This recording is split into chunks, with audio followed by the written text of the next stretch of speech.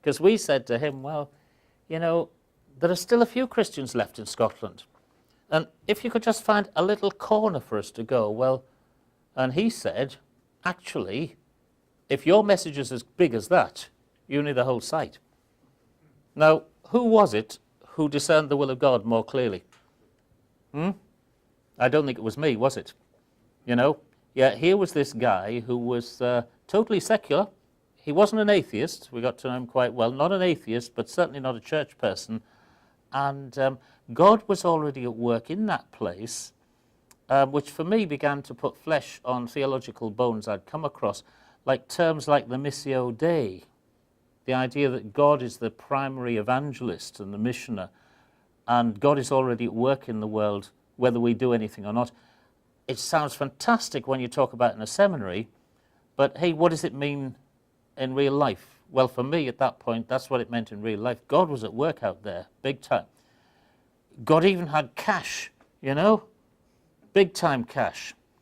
That's God really at work if somebody parts with their money, isn't it?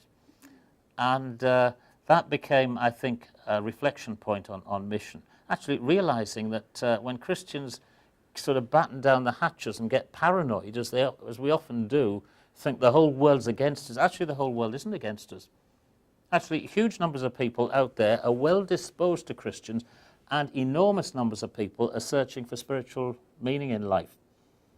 And actually, I think it's often, this was one of the lessons I learned out of that, was that it was often people like me, actually, who were the barriers, who held things back in terms of church connecting more effectively. I think the other thing I learned out of that was that actually there are more talented people in more churches than you would possibly imagine.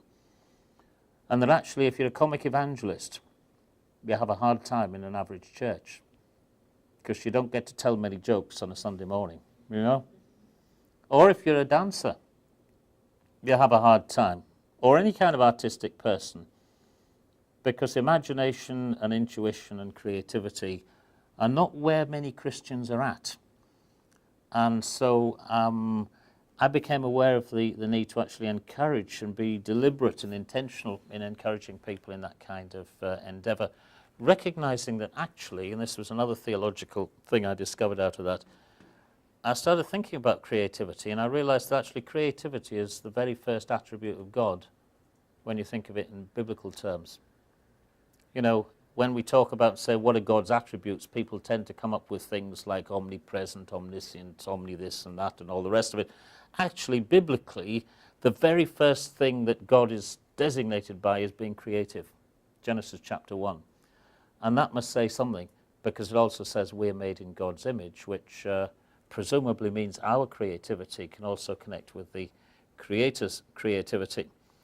Well, the rest of my life after that has been an outworking of many of those things, actually. The discoveries I made about mission, about theology, about culture, about God, about myself, and actually it's given me enthusiasm and commitment to push ahead in being really, people keep saying to me, but John, you're too radical for us.